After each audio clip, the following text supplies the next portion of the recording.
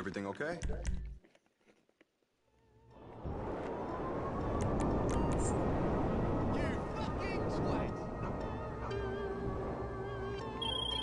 Alright, look, we both know some shit about being in the wrong place at the wrong time. And so does today's client. He's supposed to be in witness protection after he busted his boardroom buddies with their hands in everybody else's cookie jar. But I guess somebody told him. His convoy just got ambushed somewhere near the La Puerta scrapyard. Rescue his ass and we get fucking paid.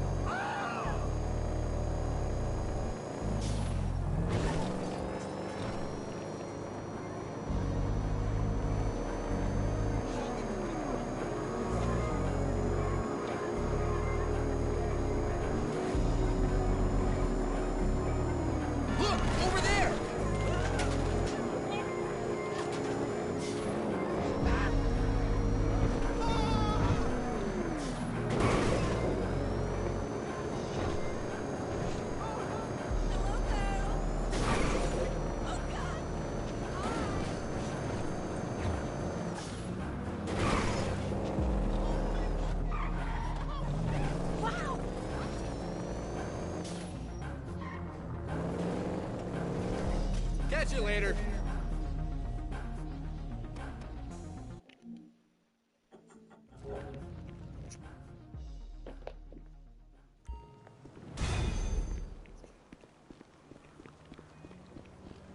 Tastes like big flies. It's fucking wicked out here, I'm telling you. You should see the girls.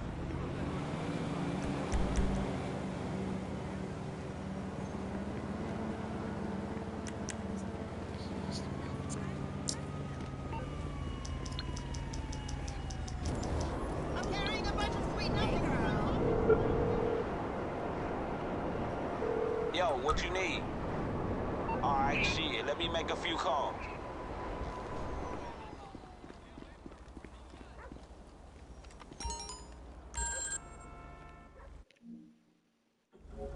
Hey.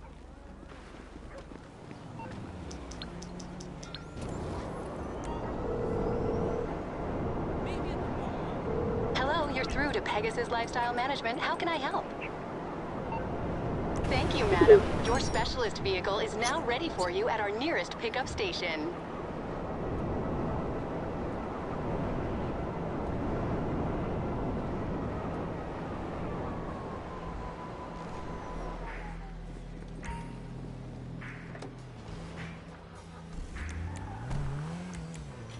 Say hello to your brother for me, huh?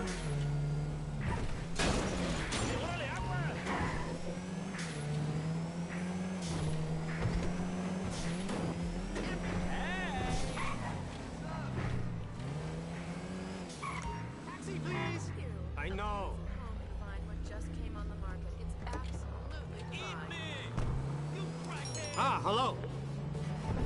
Look, I don't know how you got this. Okay, drive careful.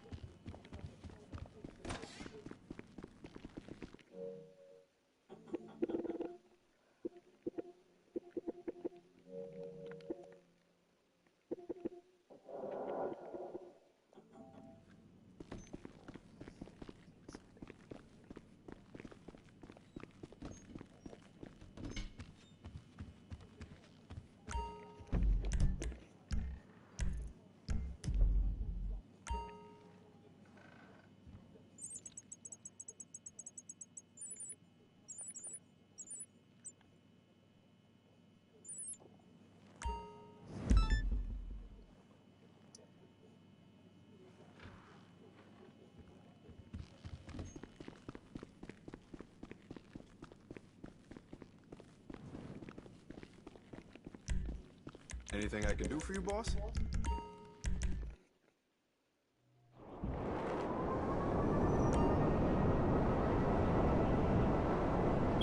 Okay, look, this client, one of the city top judges, rich as hell, family man, church every Sunday. But this dumbass left his watch for a tip for one of the girls at the Vanilla Unicorn. Some priceless family shit from his wife's side. And now he's sobered up and he wants it back. But don't worry though.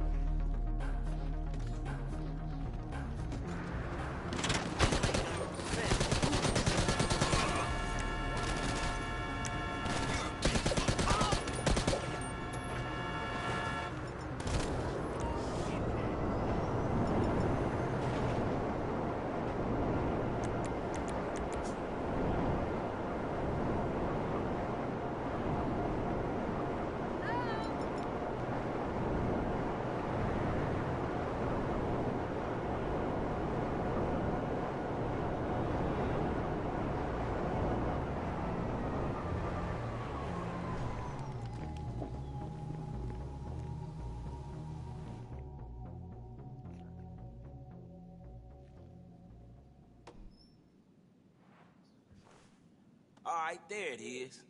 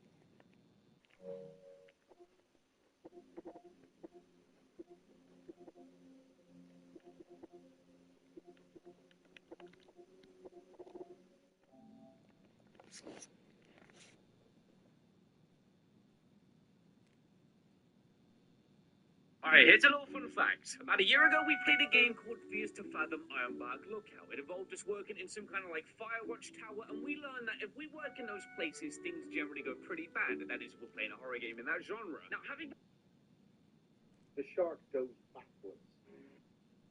She lives in there for like half the film, and then she comes out when her son's being, or daughter, whatever. You know, when her child is being killed. Regardless, the shark goes backwards. Tommy, I didn't see him. Out of the tunnel. And then swims towards him and then his face like... What's up, boss? Now, what is this? And I see them all sat there at the restaurant like...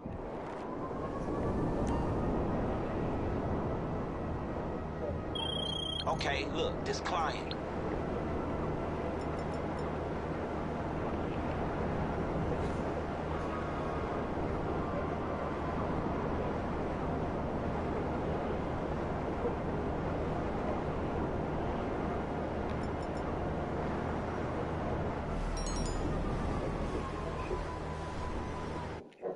Messing around with stuff. Oh yeah. Sorry guys. Sorry.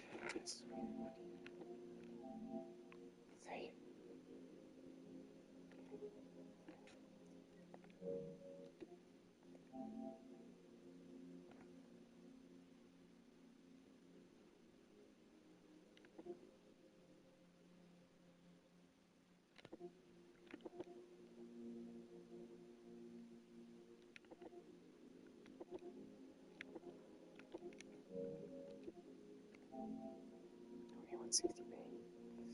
4K, yeah.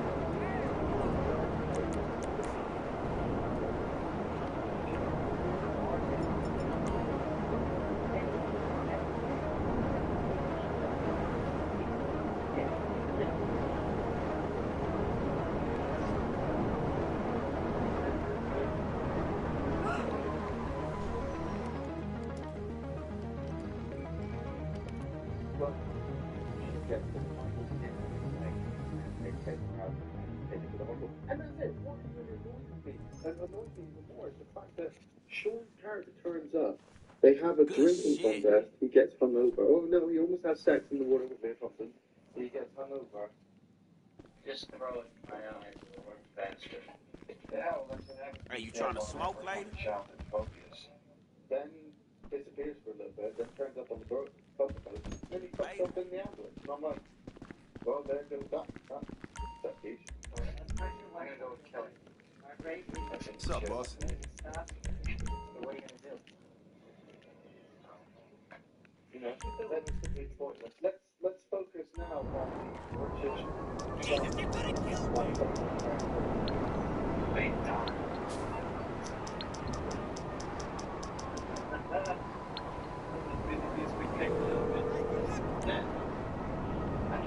Yo, what you need? Alright, shit, let me make a few calls. played a character who could turn into any of these animals in order to solve the problems. And of course, when he turns up in this movie, he's just like, yeah, I've upgraded Alright. the water police sharks, I've got all of this equipment, I've got this shark fighting material,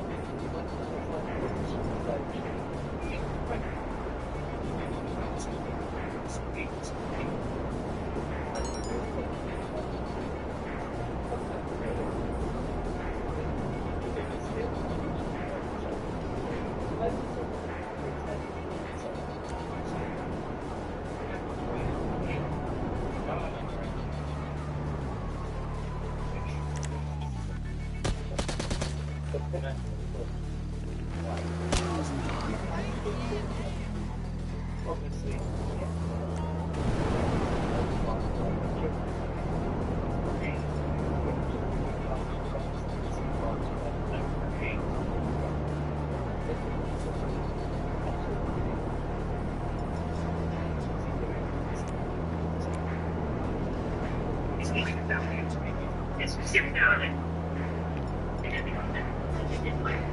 and so one favorite sequence that we don't actually follow the shark hunter and his master go got the idea of luring the shark back into the tunnel where they can see the enemy. And for me, it is one of the most claustrophobic, tense horror sequences for me ever. I don't know if I've ever watched this, but it's not the fact that when I first watched this in the very beginning, and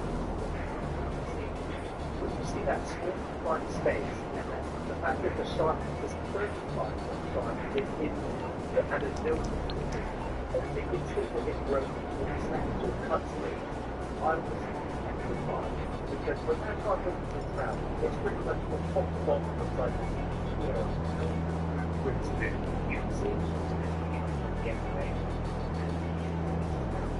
And the very next sequence, he is inside the mouth of the fish. And you see it presently where it's swimming away, taking the water, very directly, here in the head. And you see the captain, so you see inside, going down, and see that was the most petrifying look they have. Is that other than just being eviscerated and shipped straight off, was actually inside the tail.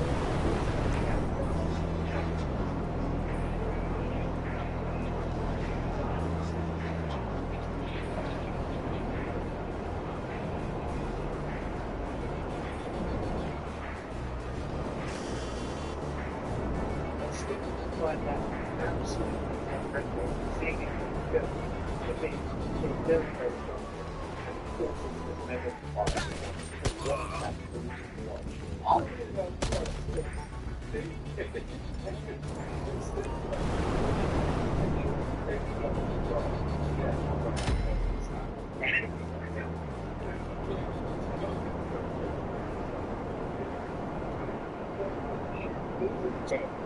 just swimming up a bit.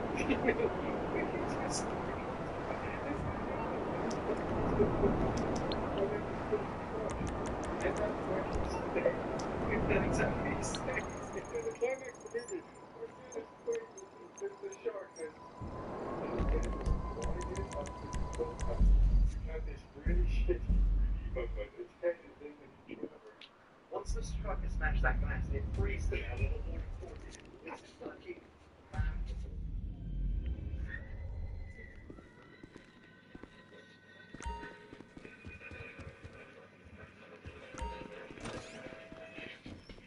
they should be embarrassed about that shot. However, the water is flooded into that control zone. And when you see the shots of the shark's tail above the body outside, it looks very. It looks like half as now. But when you cut to the shark's mouth inside the terminal and it's trying to chomp down on people, again, I felt petrified of that.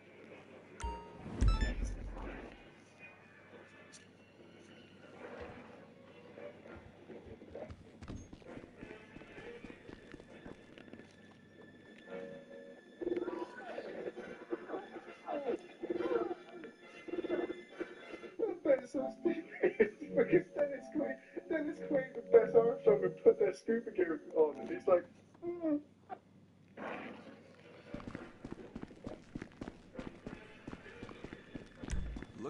Alright, boss. I'll be here.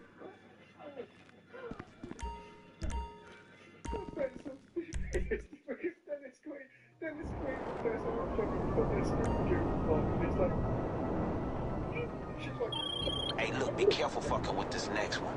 so we can go and get some events, and then we'll come back, and then spend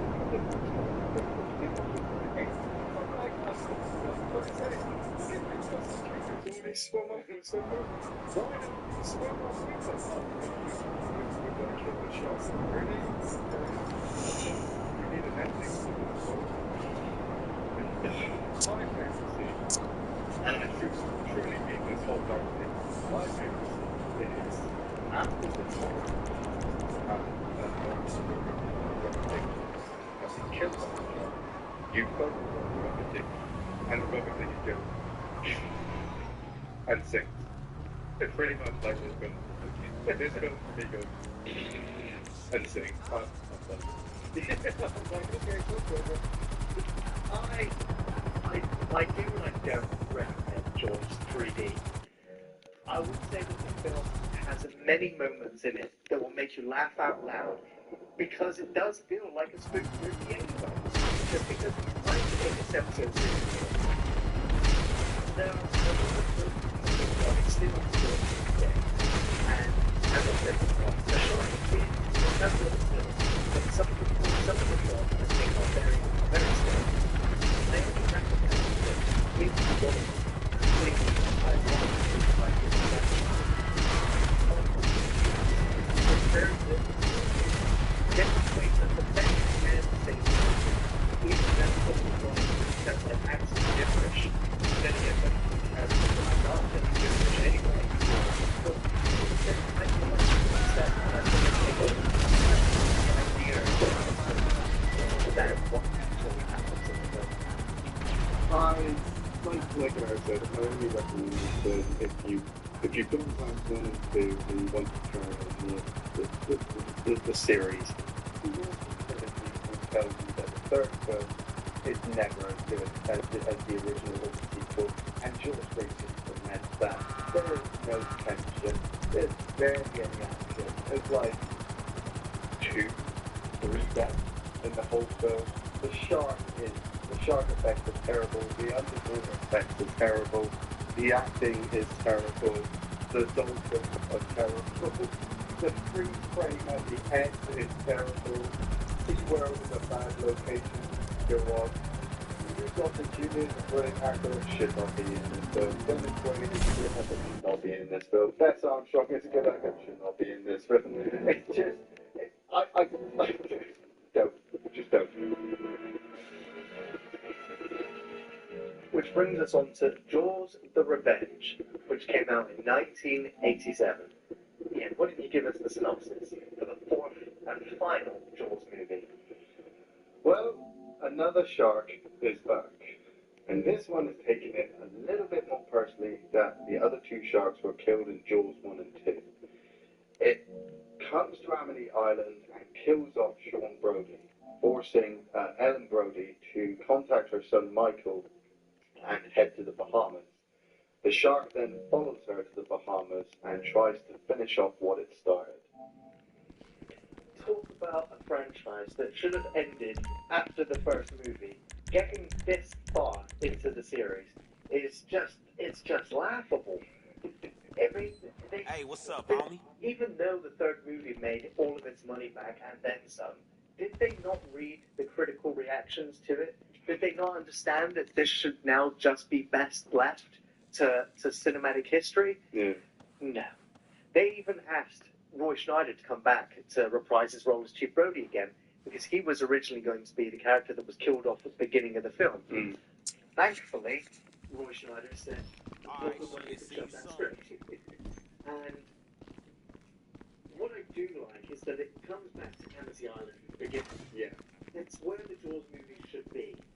And for me, the beautiful is that they also acknowledge that the third movie ever happened. Yeah. None of the characters have any knowledge of any of the events that happened into it.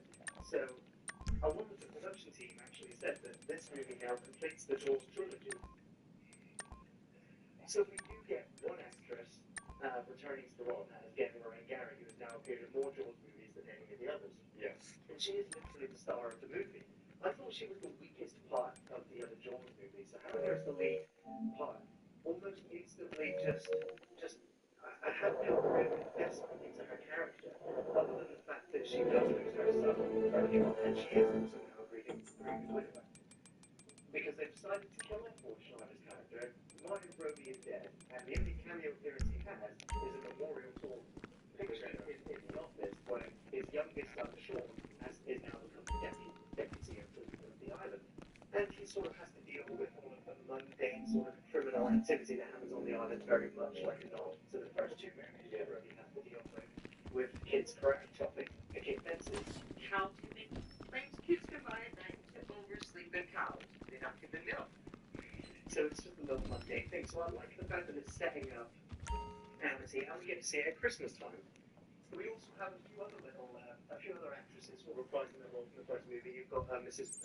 Kinter, who turns up for a little role, and also I think the mayor's wife or other colleague is also there in the background. Yeah. So it instantly sets you back in that world very, very comfortably. We're given the thematic score from John Williams, which is slightly changed, and we're given the settings and we're given the characters, so you can sort of believe that this is going to be a Jaws movie.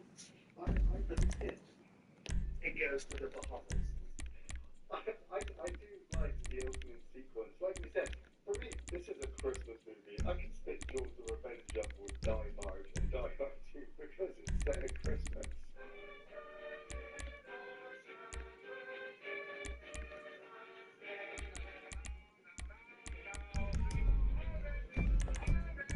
But the opening sequence, like we said, you go back to Amity, you have the nod to Brody, and then you have Sean going out. And I love it. Something I can't get over the show. It's set a trap for sure. I'm going along underneath the buoy. But it's so gory, the fact that the shark comes up and bites his arm off and leaves him screaming in the boat and then pulls him into the water. And much like paying a homage to the first film, like Christie's death, he's there in the water screaming his fucking heart out that he's scared shitless and he's going to die.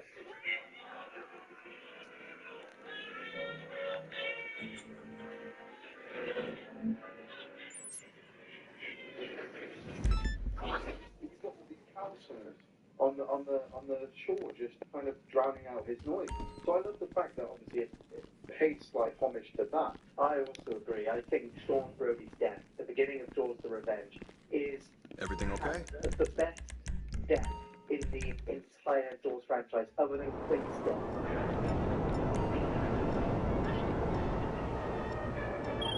Okay, now him.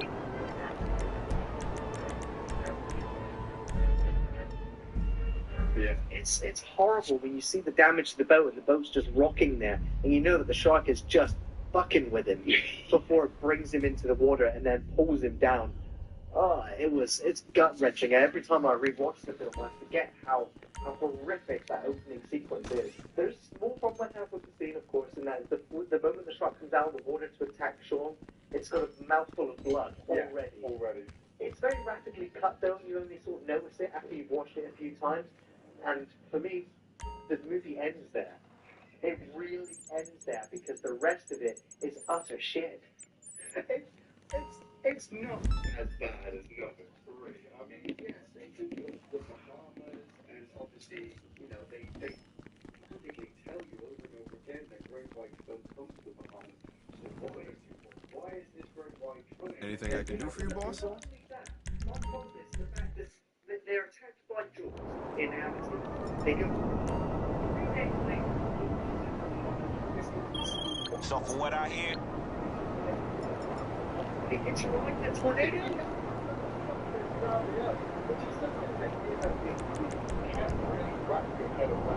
The shark has a potential vendetta for the town. I mean, I like the point in the first movie, one of Martin, the and then not be a charge on the shark. And so then he kills the shark in the first one, and so they sent in the second shark, so he kills the shark in the second one. And then technically the shark in the third one, but the third one exists, but I'm not entirely sure. And then the fourth shark, the child shark is grown up. It's like my mum's dead.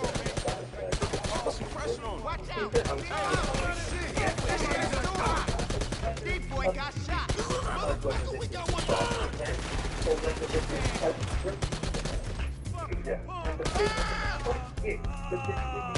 anybody that enjoys the first two movies at least, it's the insult that it gives to Martin Brody's character. How did Martin Brody die? Heart attack. Okay, I can understand that people have heart attacks and die. Yeah. But the movie goes so far to say that he died of a heart attack because of the shark. Sharks don't commit murder. They don't pick out a person. It picked out shark. It kills your father. And that's a heart attack. That's fear. The shark gave him a heart attack. Does he dare the shark in the end of the first movie? No. Son of a... He didn't want to get it. He didn't show it. Their power check. Does he look scared? No. He has mastered his fear of the water. He's killed giant great white sharks. Yet died like 7 years later of a heart attack from the shark. I'm like, did the shark, did it hold his dream? Because the rest of the characters keep having nightmares about the shark. The characters keep killing by the shark. And then he keeps, oh, it's very strange.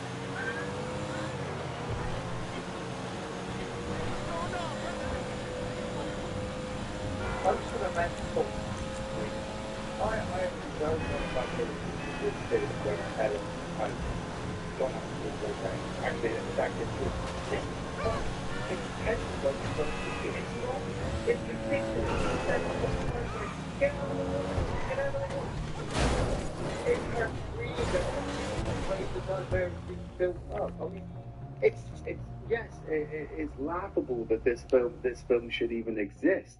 But like we said, people were just lured to the cinema on the off chance that they would see a shark eating people. Nice. And the story behind it, even the story behind the first one and the second one and the third one is laughable in places.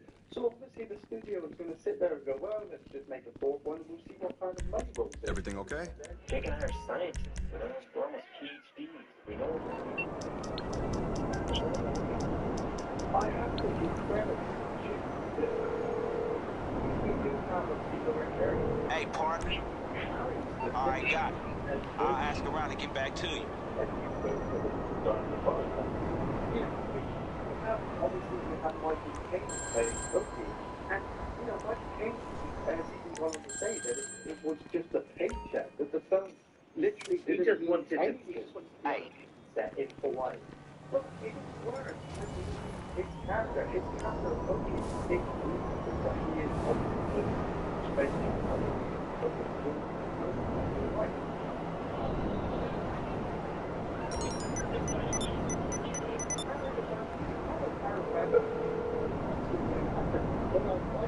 Hello, Pegasus Lifestyle Management. How can I help you? Thank you, madam. Your specialist vehicle is now ready for you at our nearest pickup station. And Michael, I enjoyed him from Paladin 2 and the last Starfighter. So we have all these other brilliant characters. One of the main characters I do want to bring up is Judith Barcy, who plays Thea. And this little girl, I've read this up when I was getting ready to do this. She had voiced a character. Hello, you're through to Pegasus Lifestyle Management. How can I help? The character called Great. So it's available for pickup at our nearest location, madam. So we had them, and it was obviously starting to revenge. A year after this film was being released, the poor girl was murdered by her father. Her mother was suicide. And so we're watching her really want to make this film. And I do not like it. I respect it with her because she is a character much like the kids from the first and second film. When she's swinging the water, when she finds the banana boat, I'm fearful for her. And for other characters as well, even though I know the shark is Hi. completely fake, the story is completely shit, seeing her performance. I'm not a tourist, so no long routes, yes? Yes, the game was very charismatic performance in this film, and you do again get to see genuine what he gave a pretty heartfelt performance to Will Sergeant. It is an absolute travesty what happened to her. Well,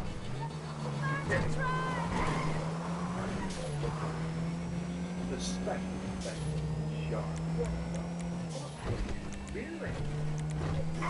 Wow! The slightly being checked. Hey, girl. The underbelly of the shark. You can see like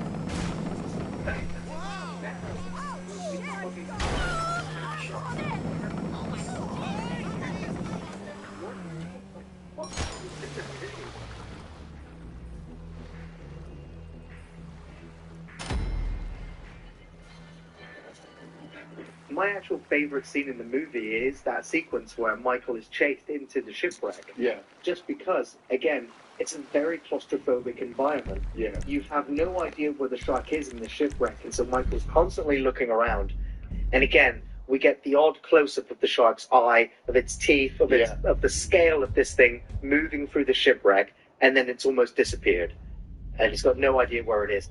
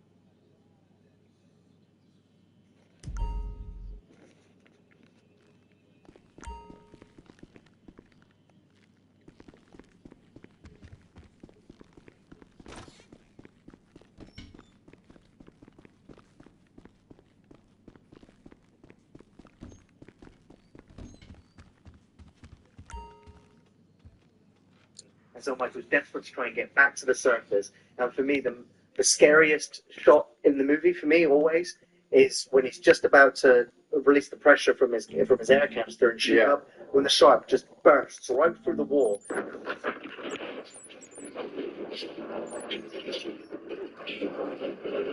frightened the life out of me when I watched it as a child. I love that sequence. I love that sequence as well. I especially love that the undershot where the camera's looking up and you see the shark kind of swim over. Yeah. I know it's fake, but it's just the image of that silhouette just swimming over, knowing the fact that it's hunting you. You know, this shark purposely aims for them. It avoids killing people left and right for like Hey, look, be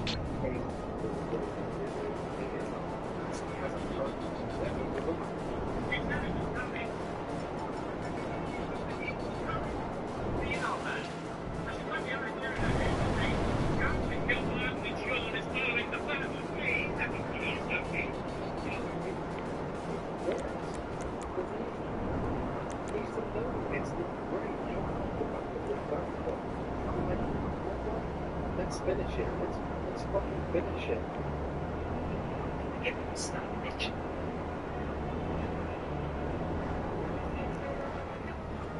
It feels like a TV movie because the entire film is padded with melodramatic scenes that go nowhere. There are entire subplots that have no payoff. I know that one of Kane's characters was Kate Johnson. yeah. One of the characters will asks questions, one gets answers. And we get loads of scenes where it's Toby and Ellen just walking along the beach, having dinner, flying around on the plane, just having mundane conversations. Even the editor was so bored with some conversations that they just sort of fade out the conversation and just cut to another scene.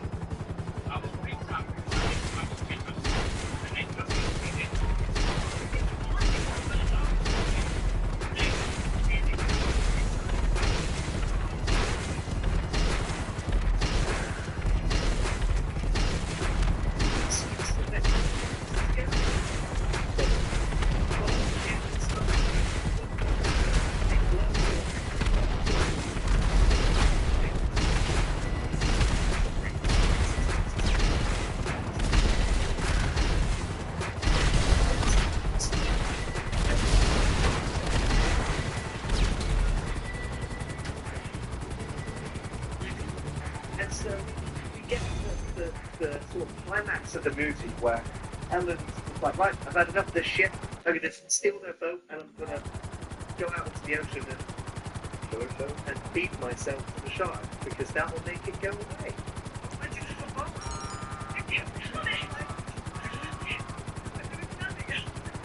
I shouldn't have done it.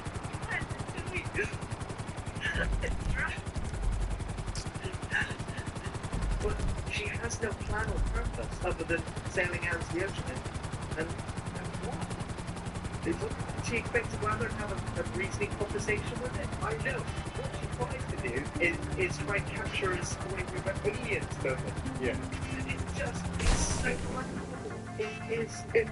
I don't understand why they did it. Get me to stop a bitch. It leads up to an action sequence where Michael Caine decides he's going to land his plane in the ocean. Hang on to your socks, lads. Hey, wait a minute, man.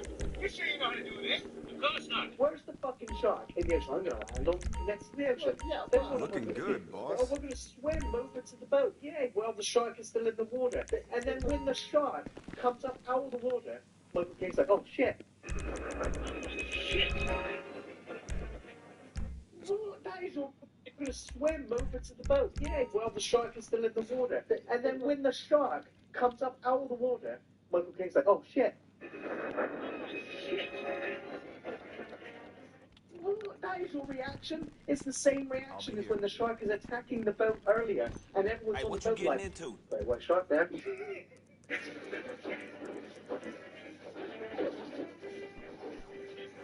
Christ.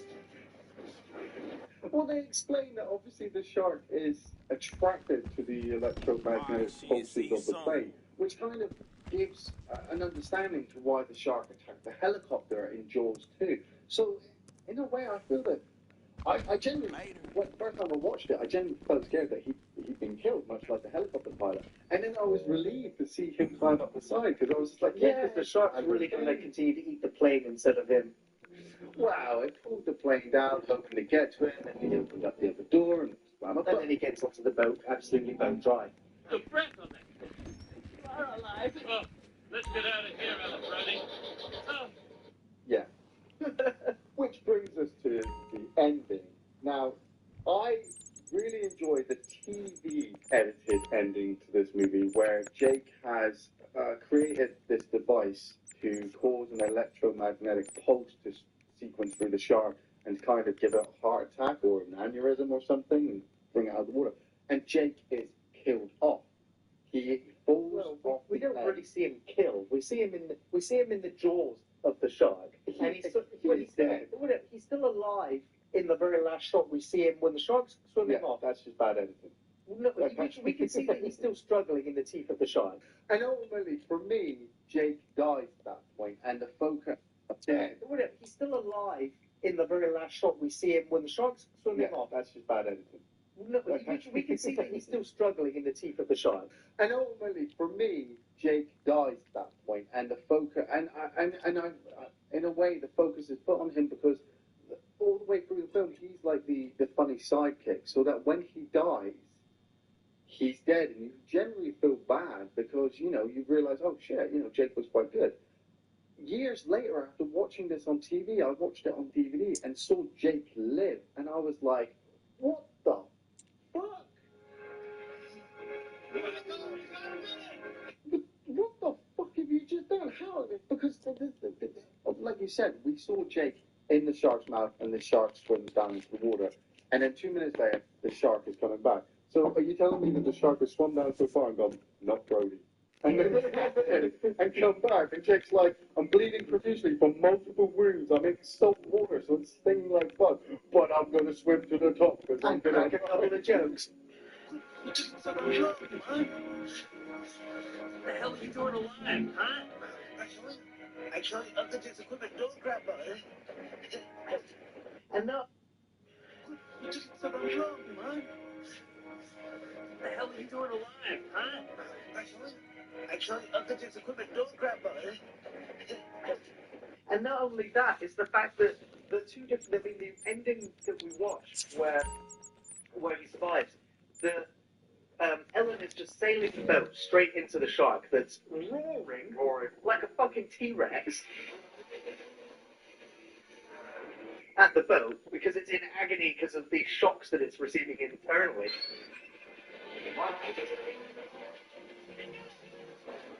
Jesus, man, how do you stay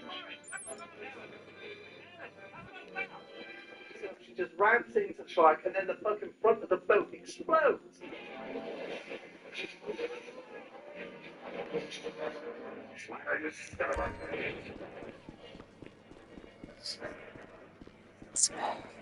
And then, just to insult the audience even more, it cuts to footage from the first movie of the shark sinking down.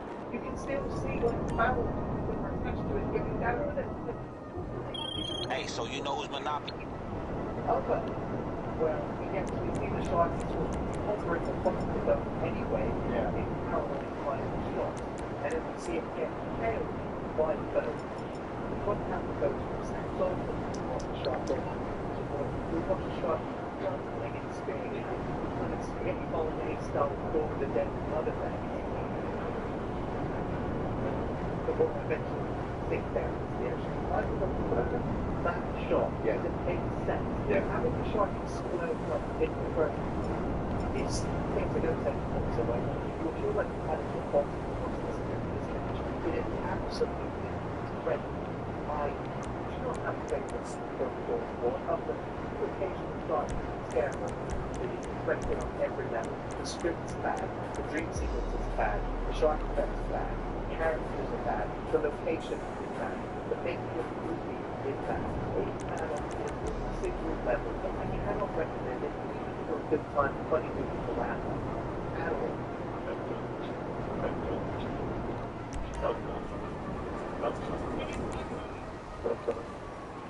Alright, just go and try everything on I recommend this movie if you've gone past the third one. If you watch the first one, see the second one, watch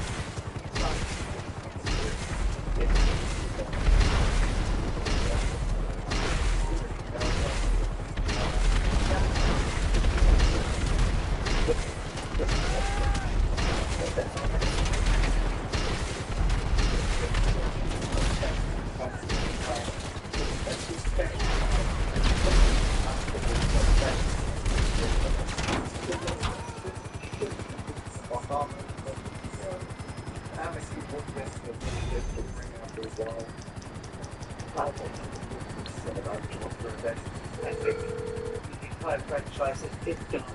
Hey, partner. I didn't think it made it. You got it, partner. It's critical and action services with less however, that hasn't stopped.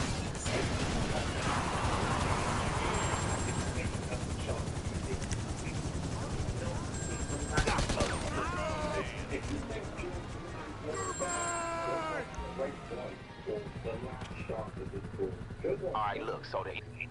Jaws, or what's the book on making Jaws movies? However, that hasn't stopped every other Tom, Dick and Harry attempting to make another shark movie. We have not seen the last of Jaws movies. If you think Jaws 3 and 4 are bad, go watch Great White or The Last Shark of the Jaws. Go watch that Or Sharknado.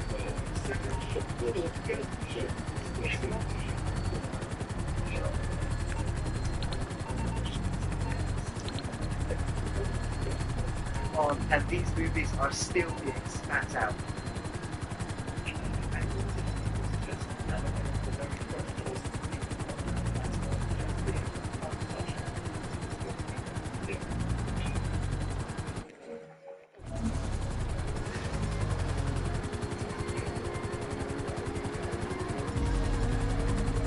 Thanks for watching the show reviews.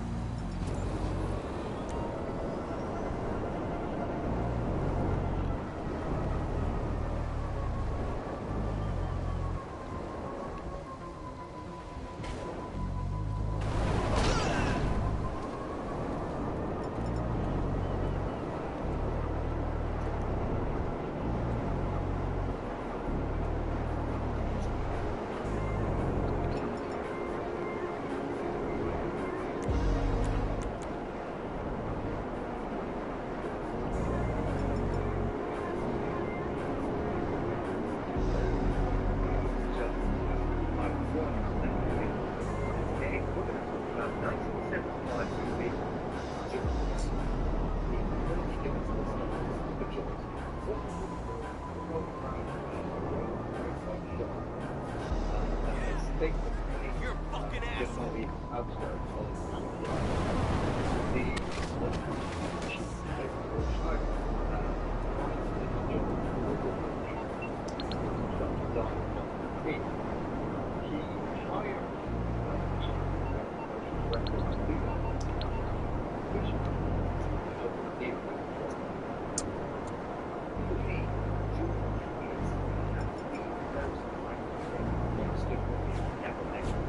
It's a movie that lasts 30 plus years. Yeah. Very frustrating ever made.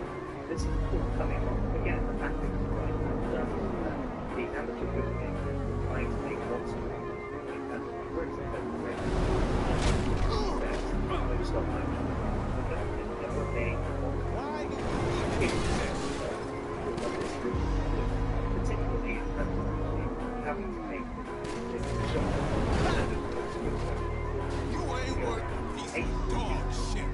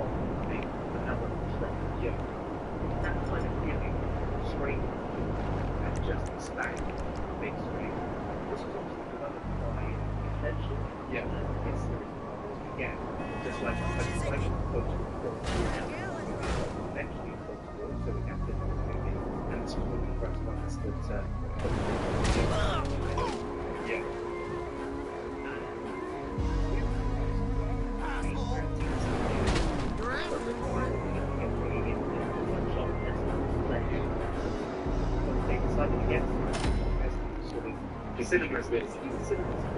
Yeah. So pretty much that show wouldn't have a chance to get to.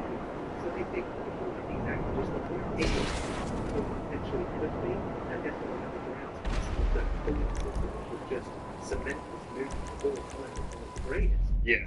This film, I mean, what bad word have you got to say about Jaws? If you have never seen Jaws, where the fuck have you been? You know, this is one of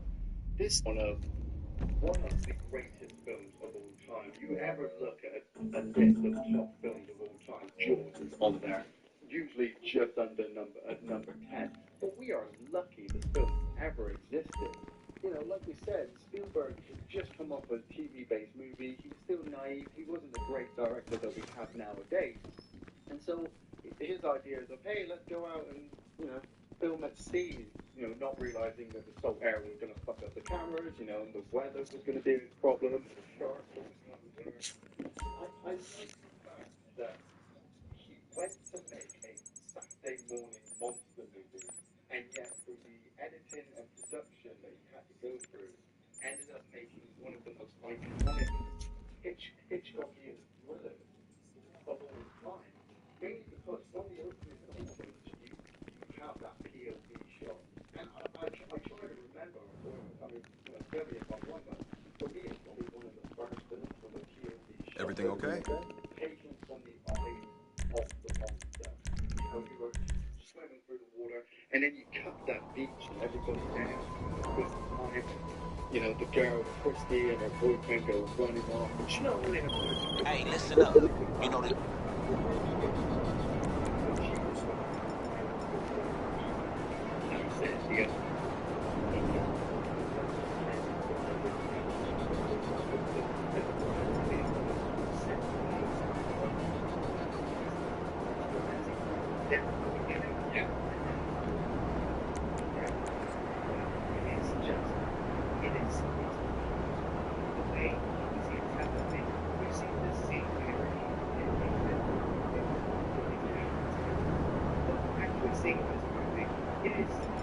It's now.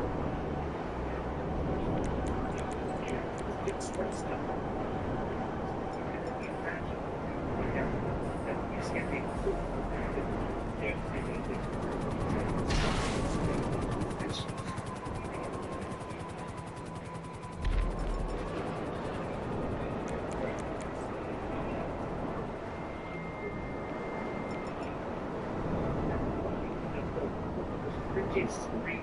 I've seen it in a movie, and I think it was just enough. So I feel like it's just passed out to me. You know, just a few minutes later.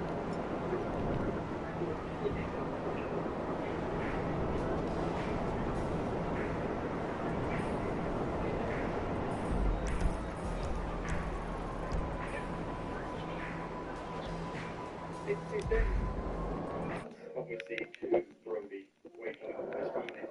I love the character. I've always loved the character of Brody. The M. You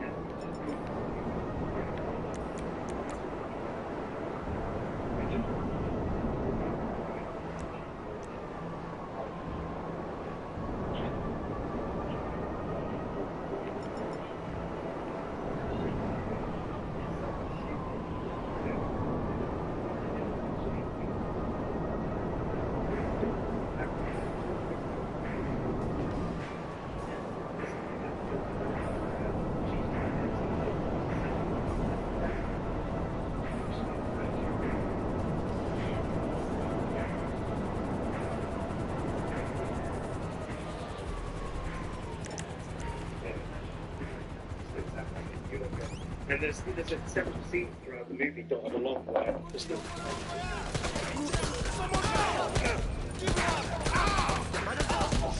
We lost the man!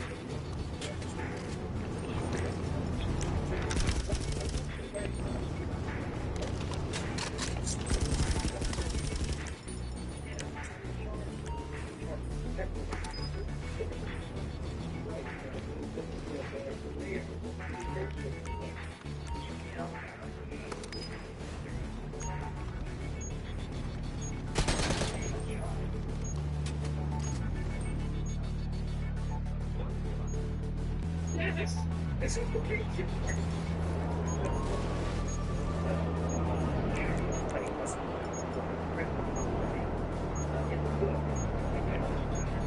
It seems to be intended to say being one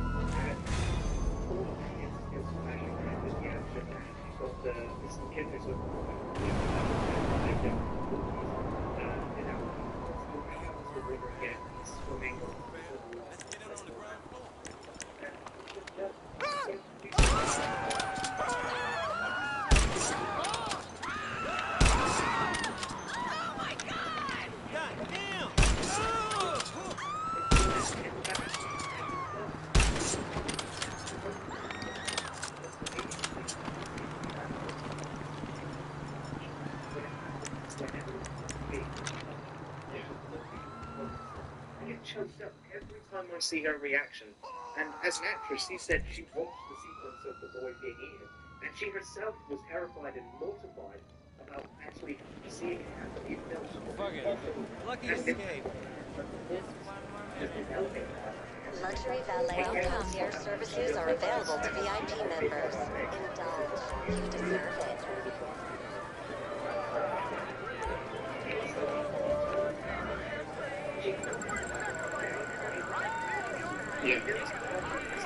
He did try to do something about it, but at the end of the day, that death is on him.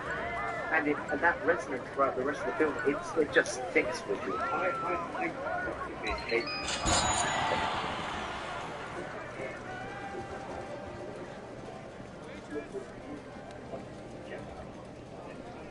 Service sucks, a big one.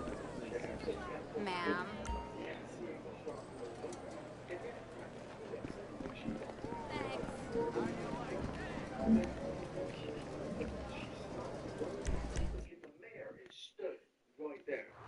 It's the mayor's fault. We just want My bad. I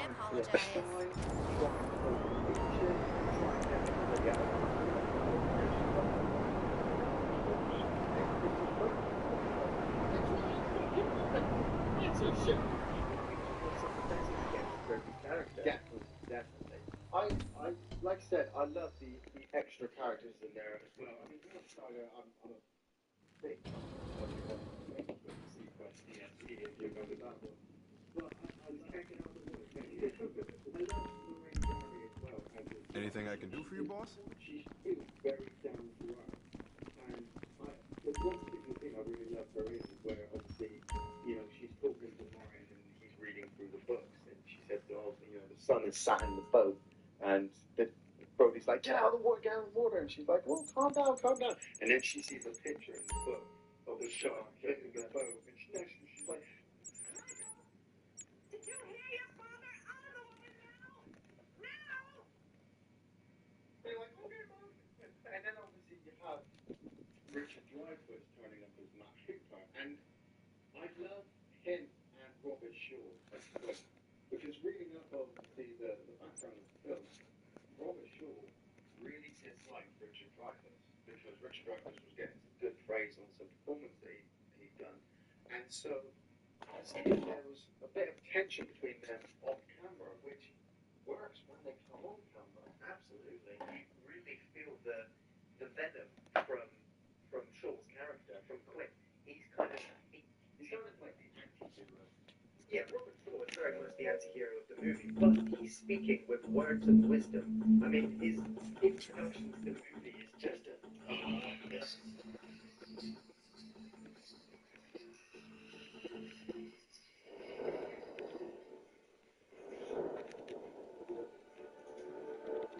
Yes.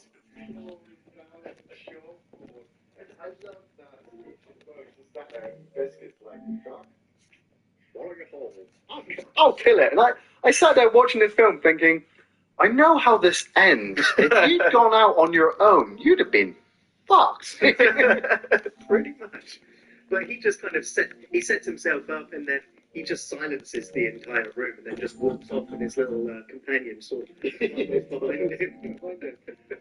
Obviously, another brilliant sequence is the dock where Cooper does turn up and you just have all the boats. They're all trying to get out into the water so that they can try and kill the shark because they want the $3,000 bounty on his head. And just the way that Cooper's just walking around, just looking at everybody, and he's a bit of, he's a master of boats and stuff like that. And he's just looking at people like, that's dynamite. You can't take that. If you pull up that sail, you're going to crash. Really, guys? I'm not going to get out of here alive. You're like, he knows what he's talking about.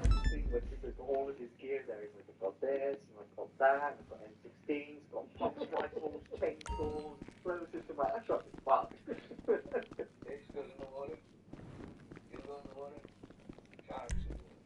Looking good, boss. But ultimately, it's the cinema of the film shouldn't have made Hey, what's up?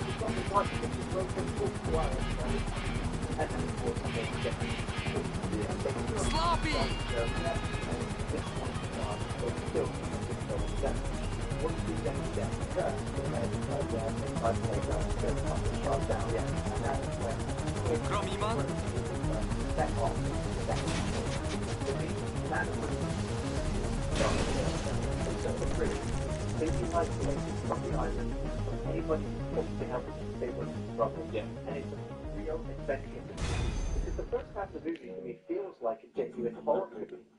It's PG rated. That always confuses the hell out of me because every time I watch this, I'm like, Jesus Christ! I've seen R-rated banned movies that are tamer than this PG Dawn movie. I do love the way the film builds up all this tension, and then every now and again you get this blocker that puts it back in. There's like tension bit will go up, you get killed, and then you have the sequence of Brody and his son on the table, which I absolutely love, just because it kind of makes it a narrative.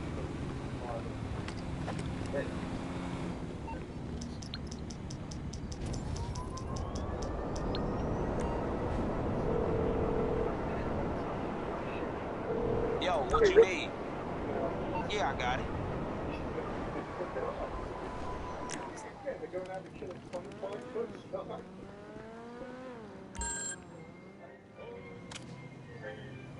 Hey.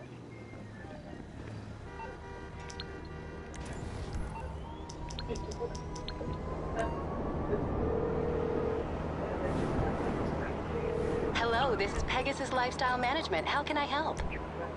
Great. So it's available for pickup at our nearest location, madam.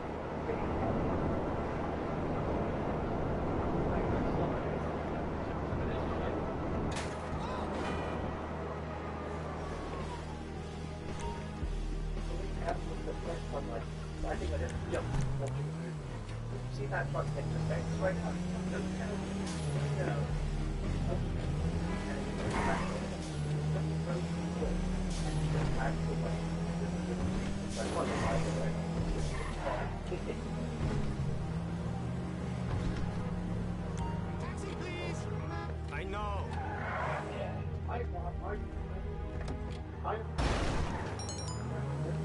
Kiflom! Okay, drive careful.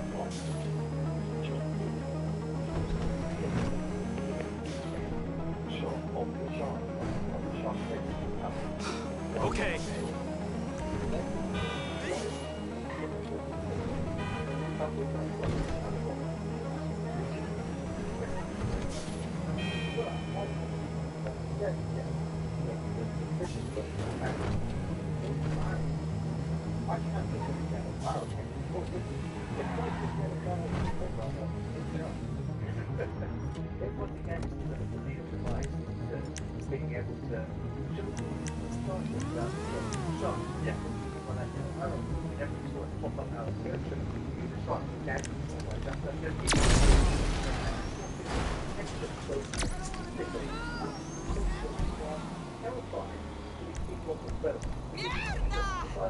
It is the same size as that boat. Yeah. There's no kind of sort of safety. They are trapped out there with it. And they are confident that they're going to bring their shark in no matter what.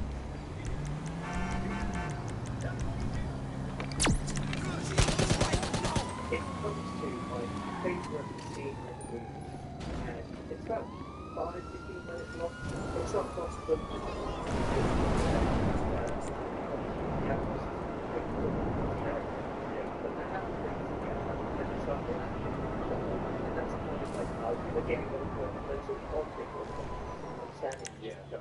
and then they start comparing wounds to each other. And that is just, it's fantastic. It just really builds up the characters.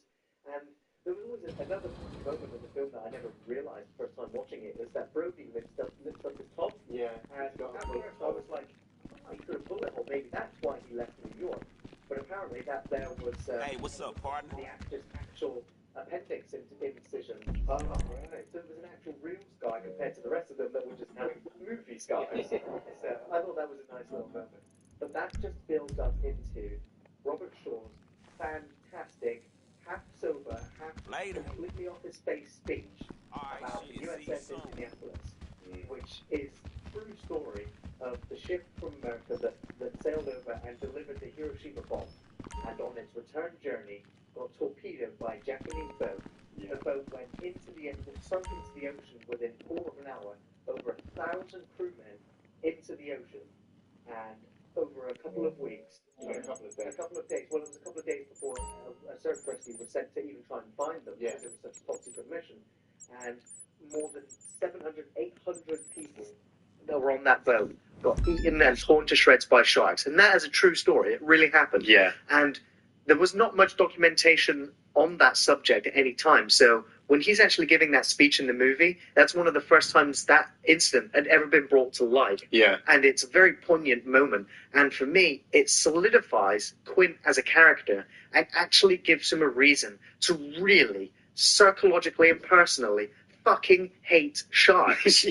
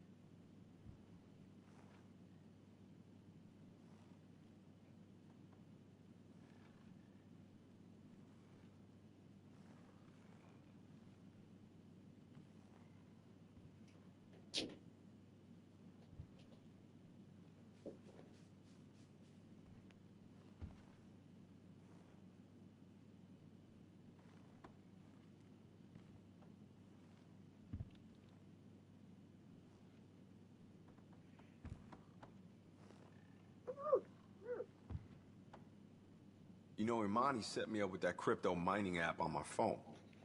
Just runs in the background, and every now and then I get paid. Girl's a fucking genius. Until he Everything bites okay? you, and those black eyes roll over the white.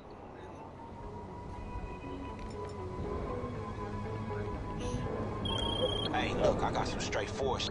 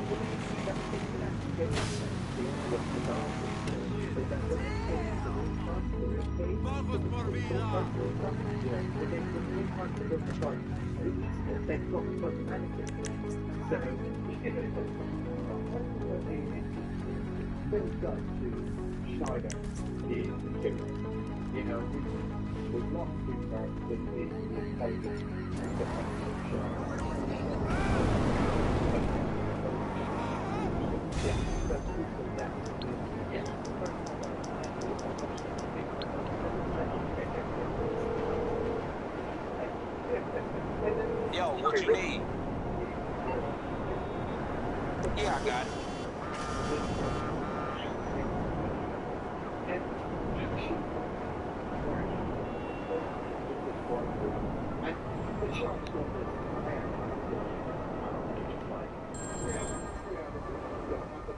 That show is amazing. Jeez. Whatever. Yeah, I just think it's England. Man, it plays on my mind that if he misses and the ship sinks, you shot, and then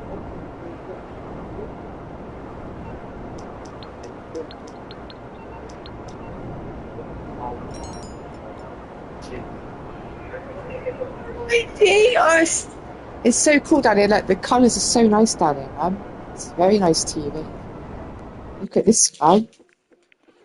Colours are nice, aren't they? Huh? Colours are really good. It's 2160p 4K quality. I wish my TV had 4K quality.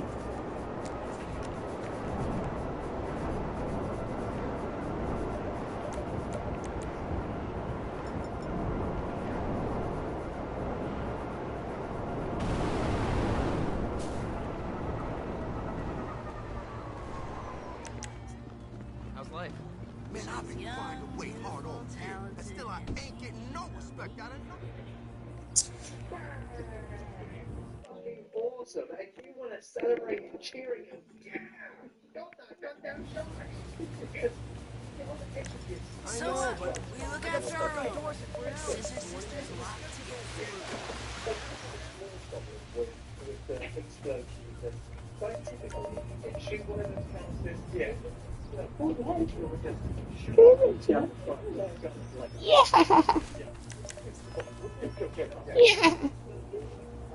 Explosive finale is just brilliant. However, I do think that the finale to the book is slightly more believable, and I think what Yeah.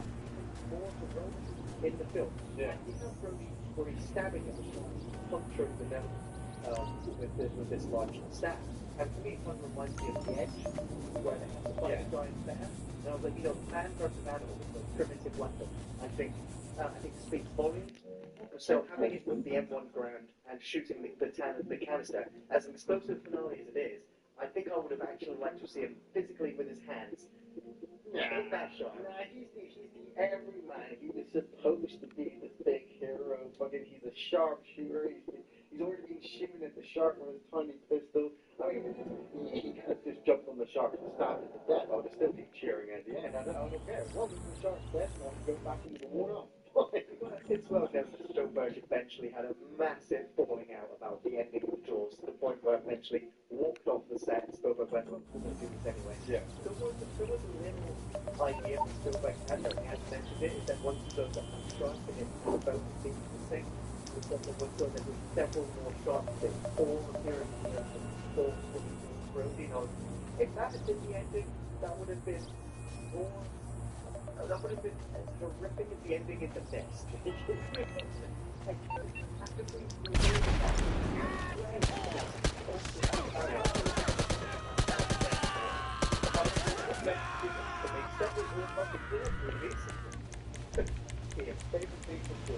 My favorite thing that I've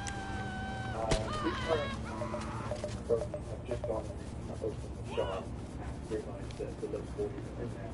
And she had this great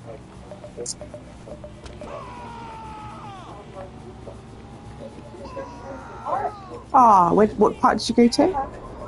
Oh yeah. Went down from the 70.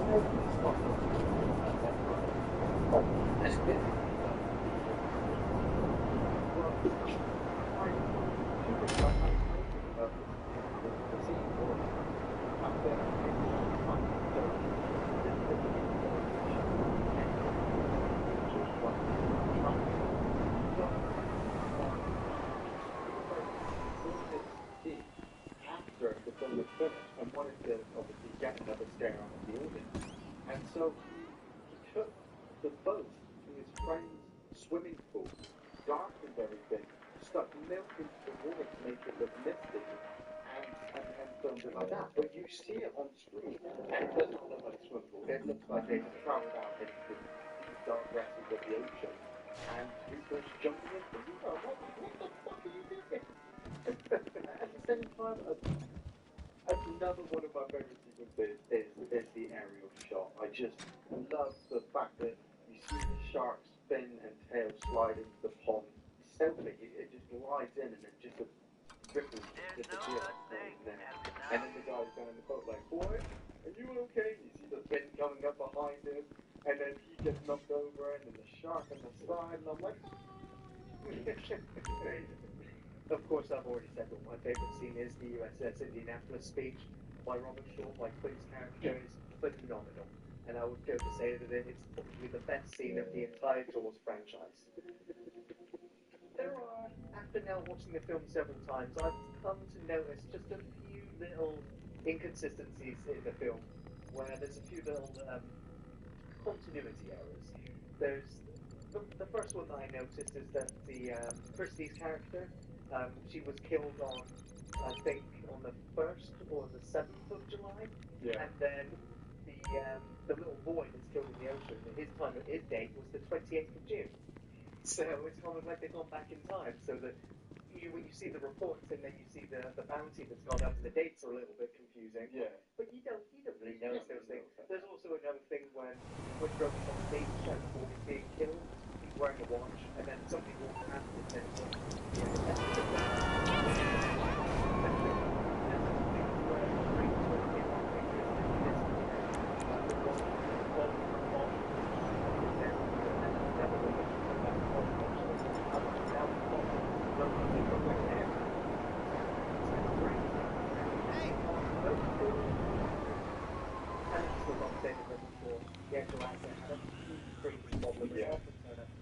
gets drunk, incoherent and unable to deliver any lines of dialogue. However, it's been said that some of those drunken lines of dialogue that he did deliver for that speech were actually a part of it. I totally recommend Jaws.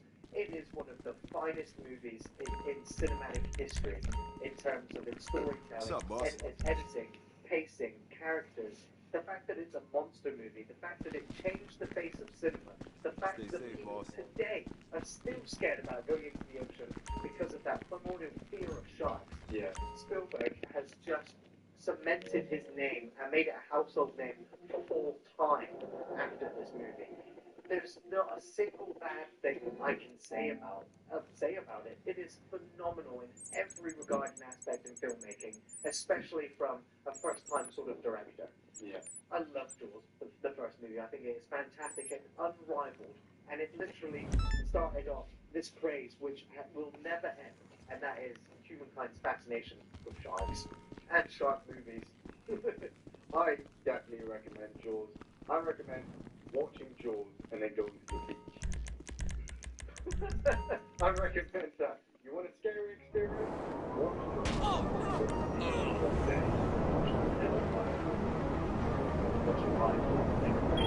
Hey, you know what? If there's one thing I learned about hanging around these...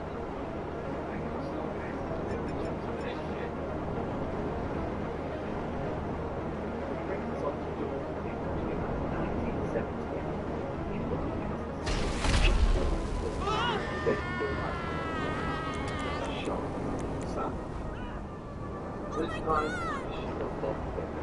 And but some of the things that have been playing outside what it's about. And the hero of this time knows that it's back and is willing on destroying this one too.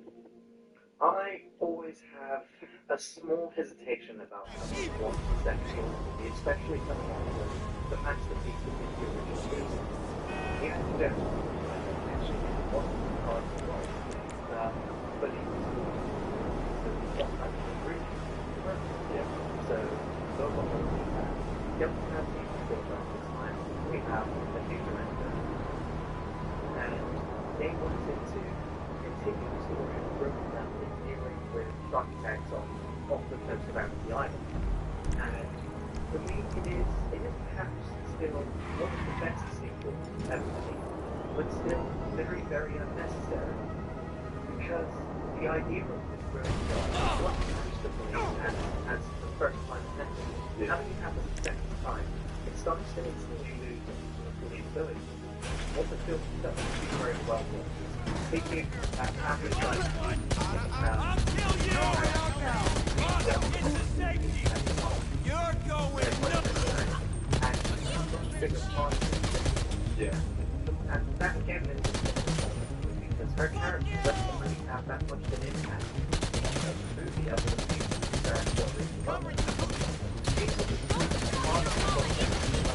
Harry was very high up potential with Universal under her character is still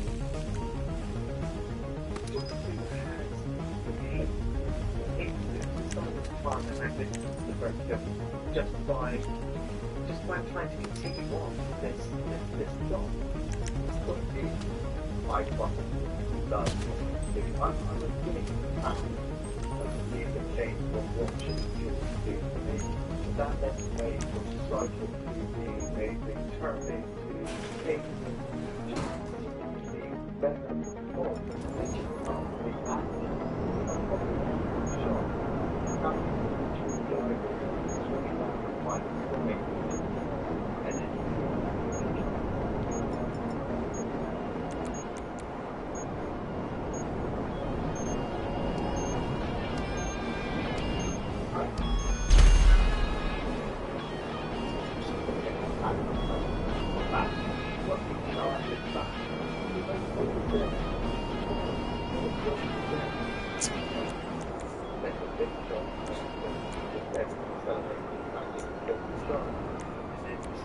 sharks with into the harbor.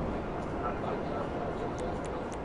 just think that the connection with finding the bottom of the water itself and the shark, they think that it is what fights them. It's a bit, yeah, the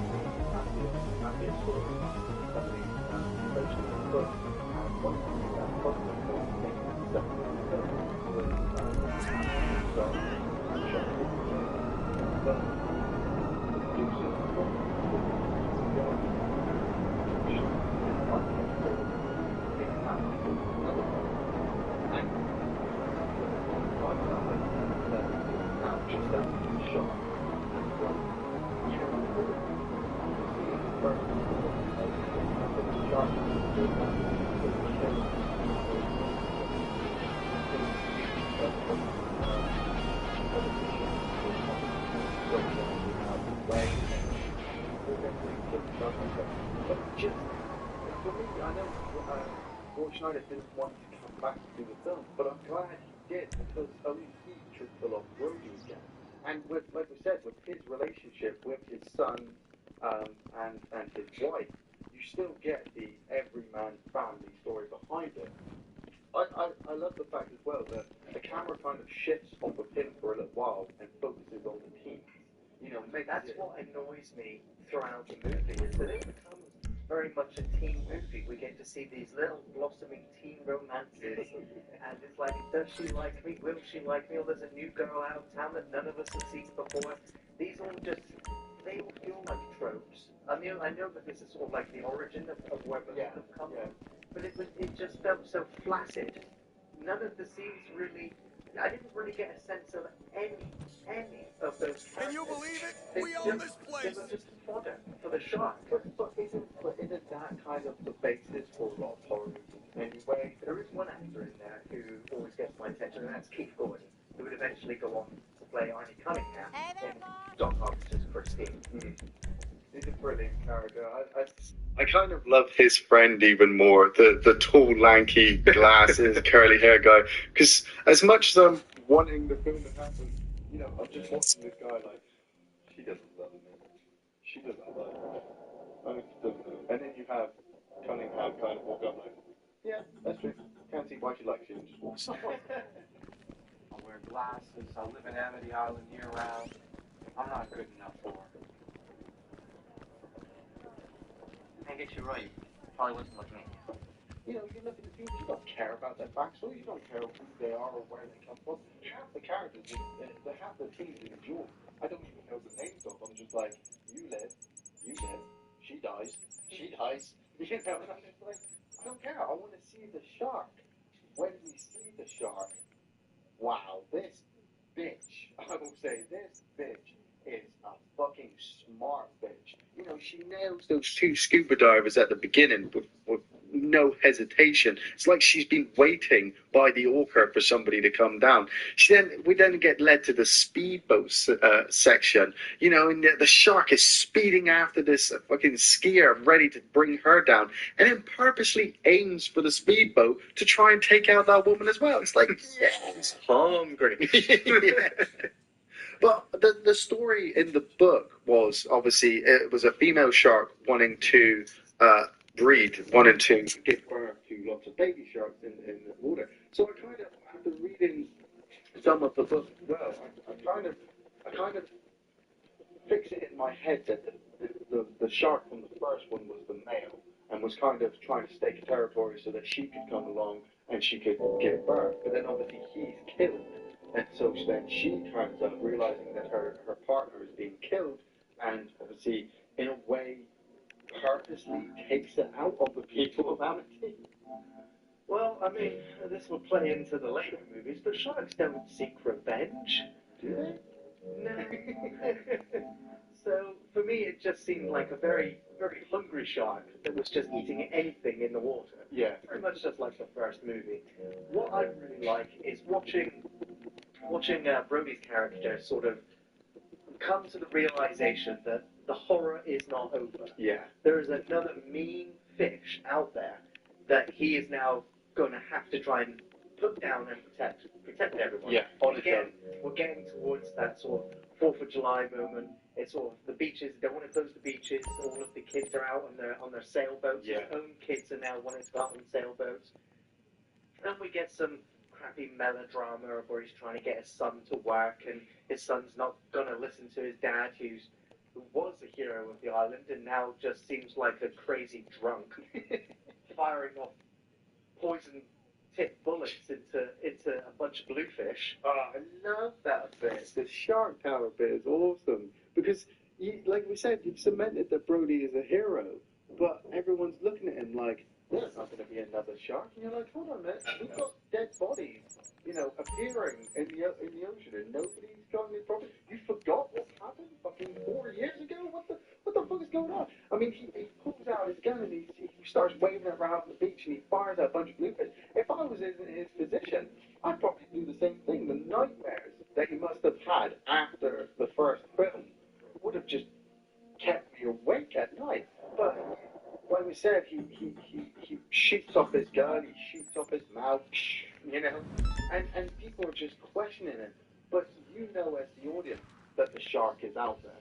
The shark is out there waiting for them to come out into the water.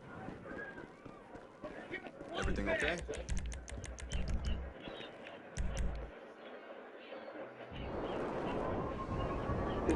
Like I said, it's a smart motherfucker. It waits for the kids to come out of their Alright, boat, look, and then destroys the boat. But then just have a think and like, okay, the boat. No really investigation to find out, trying to get some proof of evidence that we end up trying to attack it. So they end up getting the camera of the movie. Yeah. They end up processing the images. And when you look at the image already, as an audience member, you know that it's a big shark.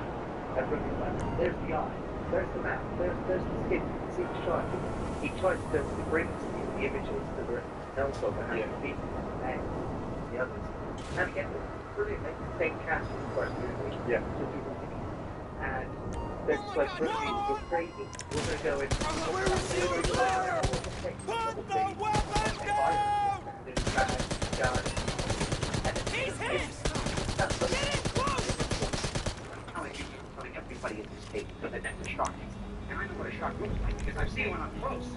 And you better do something about this one because I don't intend to go through that hell again. Before he has to pick himself up and then.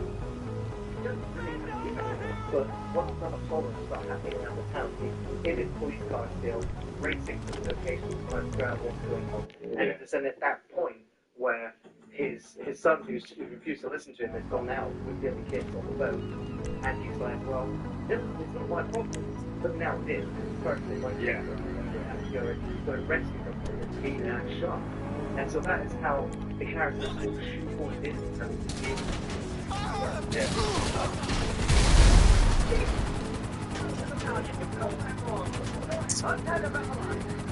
what the hell? I did fire both of us, right? I just moved the gun in the first one, but it's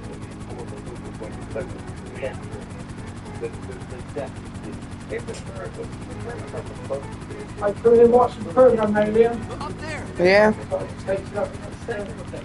He's a bed. that's brilliant. Loads of co-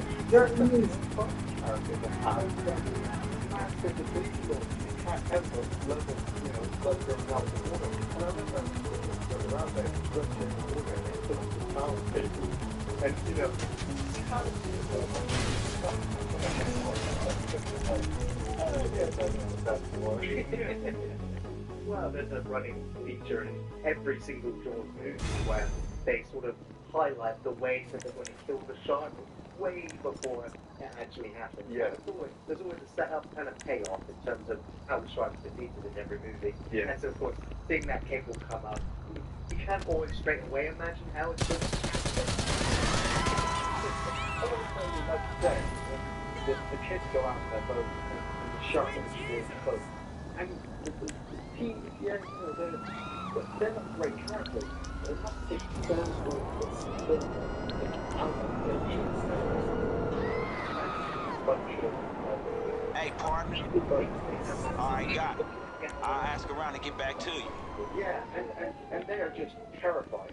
They're terrified because you don't know if the shark is beneath you, but you don't know if it's Hey, this tar... You're stuck. You're just floating to nowhere. But they end up heading to my favorite King Junction. Hello, you're through to Pegasus Lifestyle Management. How can I help? Great. So it's available for pickup at our nearest location, madam. I just look so when you see it on camera. I get fully believed that yes, that is a power station. I don't want to be outskirts of Amity Waters, you know, trying to power the rest of the other.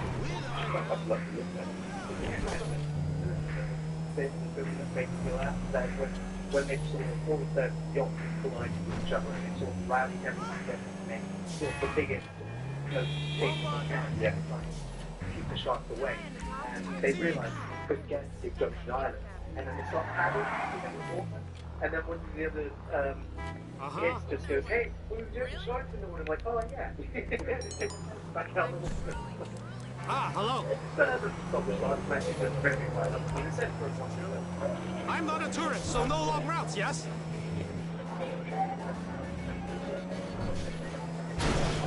Like you said, it's more than just good stuff. It's not a fantastic finale, which leads up to just one big section of one of the scene is where Wilkie is called in a helicopter to come and look out for the kids. The helicopter is chucked in a rope, and the shark comes up, swallows the helicopter down, the pilot comes up, but the rope like rip apart the ship wreckage that they're filming on it. Everybody gets thrown into the water, and Sean keeps getting saved by the girl, and she helps him up, and it's terrified me from when I was a small child. This shark just swimming up and swallowing her whole, and everybody just absolutely screaming. This is just the image that this shark could do that. Just sticks with me. Their reactions are genuine. It really would have been one of the most horrific things to see. I mean, I've been on the Universal Jaws ride, and even though you know you're on a Jaws ride, the instant that shark pops his head up out of the ocean and you see the size of it, you can't help but feel that fear of just that big gaping mouth of teeth. Yeah. And so even though that their accents, their reactions. But you know what? Oh, it's like our program on the stage. Are you actually watching it? It's probably going to be the scene where the shark is chasing him. You can see next Thursday. Yeah. Hey? Yeah. Yeah. Yeah. What you want to watch? You want to watch it? GTA 5. You want to watch it right now? Too? It's really good. The colours are so good. It's in 4K.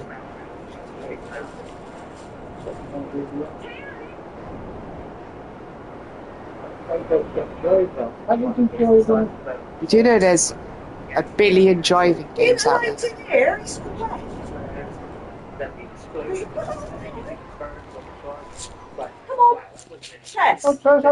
You do know there's 1 billion driving games out there, not just driving.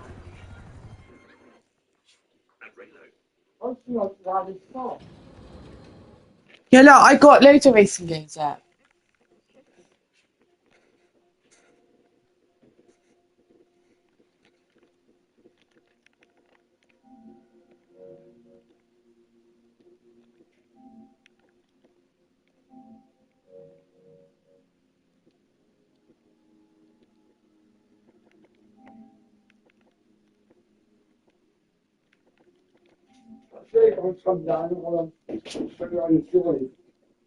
I got other racing games on here. Hey? I got other racing games on here, not just Driver. This game, Dirt 5. See that? Dirt 5? See? Oh, yeah. That's another racing game. Objective.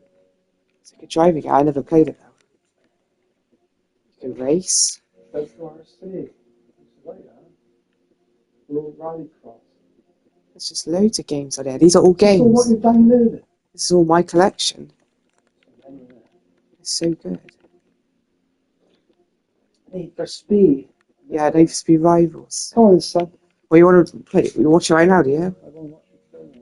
Tape I haven't had a chance to watch because suddenly they're downloading stuff. How long is it on for?